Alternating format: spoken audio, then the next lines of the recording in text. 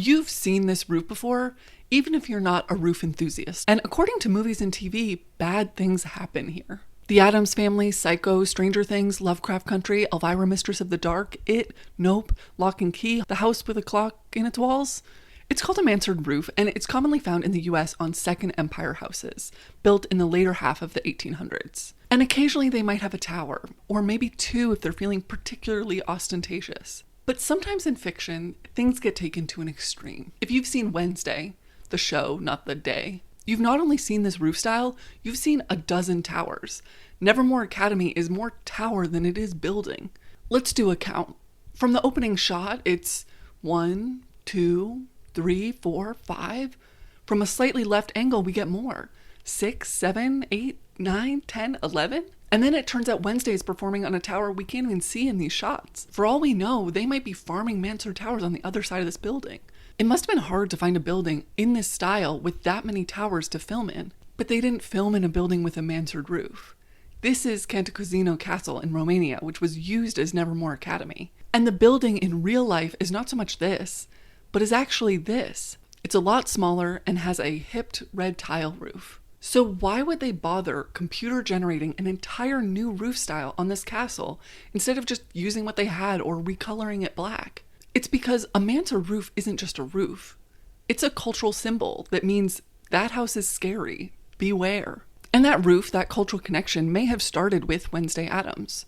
Well, not just her, but from the hand who created her, which also has a body connected to it, Charles Addams. The Addams Family became a show and movies and more shows, but before all that, it was a cartoon by Charles Addams, which you could find in The New Yorker. And like most New Yorker cartoons, there's kind of no story, it's just a quick joke, and these ones are playing off the macabre. The first cartoon in 1938 featured a door-to-door salesman trying to sell a vacuum to Morticia with a dark mansion in the background. New Yorker cartoons are just one frame, so you kind of need a shorthand to get your message across quickly. The house in these cartoons was the Addams Family home, but before the cast of characters was fully developed, the Second Empire was just a helpful shorthand for a scary house. In 1946, he published this cartoon of the family pouring a presumably hot cauldron from the Mansard Roof Tower onto happy carolers below. You can see why Wednesday Addams' school would need at least 13. We can actually use an illustration of the Addams Family house to help you identify Second Empire houses. The Mansard Roof is the most important. What makes the Mansard Roof so recognizable is that you can actually see it. Most roofs are facing the sky, but Mansard roofs are very upright, which means you can see them practically from the entire way around. It's sometimes referred to as a double-pitched roof, but you can almost think of it as a regular hipped roof that someone just smashed down with a hammer. This one also has a projected tower, meaning it bumps out from the rest of the building, with a rounded dormer window. There's also paired windows, crusting along the roofline, a one-story porch, a bay window. This style can have all those details or just a couple. As long as it's from the proper era and it has a Mansard roof, it probably qualifies. The governor's mansion in Iowa, Terrace Hill, has some of the details you see in the cartoon and a lot that you can't, possibly because it's a cartoon. Here you can see decorative brackets on the eaves, the coins on the edge, hooded windows. But with these examples, I might be giving you the wrong idea that Second Empires are only mansions. But there are plenty of more modest versions. I saw these Second Empire cottages, which were for employees and their families, at Sailor's Snug Harbor, which is now the Snug Harbor Cultural Center on Staten Island. And Charles Addams would have walked by a more human-sized Second Empire house on his way to school. It doesn't have a tower, but it was rumored to be part of his inspiration. So the Addams Family helped cement, or shingle, the Second Empire as a symbol of horror, but in a kind of goofy way. It wasn't a contender for something truly scary. It was kind of winking at this idea of scary old houses. In many of the cartoons, the joke is in the contrast. Morticia being sold a modern cleaning appliance while you're intentionally living in a dusty crypt is funny. Or neighbors doing yard work while Uncle Fester is filing his iron fence to make it sharper. The joke is that this family isn't fitting into the social norms of the time. They are living like haunted, evil Victorians while surrounded by a culture that is interested in things being new and clean. They don't really fit in the suburbs. But this joke isn't why you see Second Empires in horror movies. They didn't want the house style in Stranger Things because they thought the contrast made for a good punchline. They wanted it because it seemed like a place a bone might get broke. Which brings us to our other contender for successfully making everyone afraid of a double-pitched roof, Alfred Hitchcock. He honestly does the best job selling this as the scariest house around, so I don't even have to tell you. An old house, which is, if I may say so, a little more sinister looking. And in this house, the most dire, horrible events took place. Let's go inside.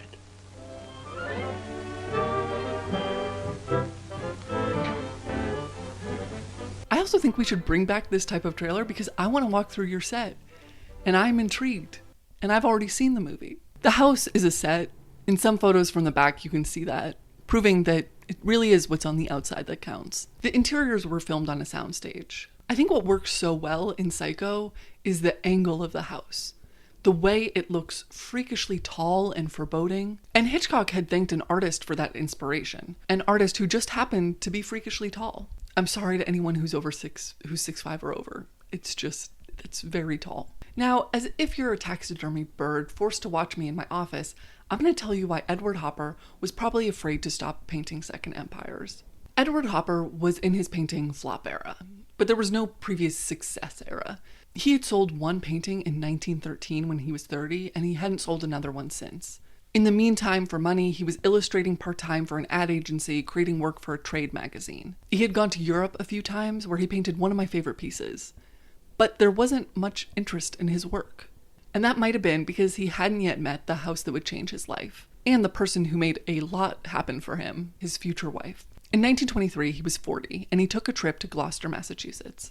He had been there in the past, and so had a lot of artists. They would come from New York City to paint the boats, the lighthouses, the landscape. A fellow former student of Robert Henry was also there to paint, Josephine Nivision. She was 40 and successful. She often had her work exhibited. They had probably met in the past, but they reconnected on this trip to Gloucester and painted together. She recommended he try watercolors since it was easier to transport. It was during this trip that he painted a Second Empire house with watercolors entitled The Mansard Roof. He painted many other pieces during that trip, so did she. That fall, Josephine Nivision was showing 6 pieces at the Brooklyn Museum, which was at the forefront of watercolor. They had room for a few more pieces in the exhibit, and she suggested they take a look at Edward Hopper's. She got him a spot in the show for 6 of his pieces. One of those was The Mansard Roof. After the opening, an art critic wrote very positively of the piece. Observe what can be done with the homeliest subject if only one possesses the seeing eye. An 1890 mansion of the mansard roof type is not exactly paintable if seen as such, but Mr. Hopper shows us the mansard mansion with a gale almost blowing its awnings away. The whole merely an excuse to hang an exposition of clear, bright, windswept atmosphere. That critic was calling out something Edward Hopper loved about painting. He was quoted saying, "What I wanted to do was paint sunlight on the side of a house." And it seemed he'd finally found an audience that might be interested in seeing sunlight on the side of a house, especially a Second Empire. Mansard Roof was the first painting he sold in 10 years for $100. And you know when something finally works in your career, so you just keep doing it? Yeah, that's what Edward Hopper did too. Edward and Josephine got married. They lived in New York, but they'd take trips to places like Gloucester with older architecture. In Josephine's journal, she would take notes of especially good mansard roofs, and he painted a lot of them.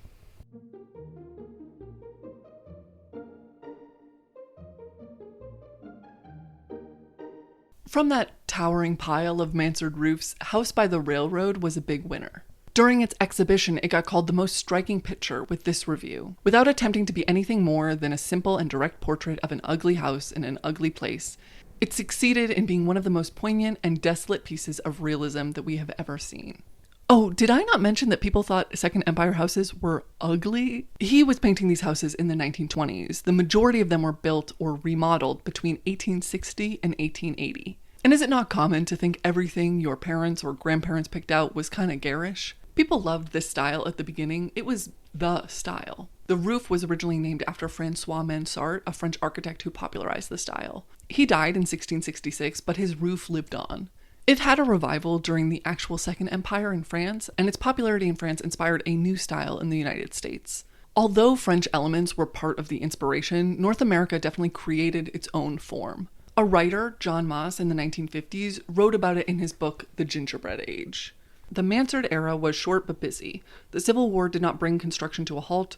On the contrary, the war set off a spectacular building boom. There was no design problem which was not solved the Mansard way during these years. The French roof covered home and school, bank and store, mill and factory, depot and firehouse, workhouse and poorhouse. Their versatility was a big selling point at the time.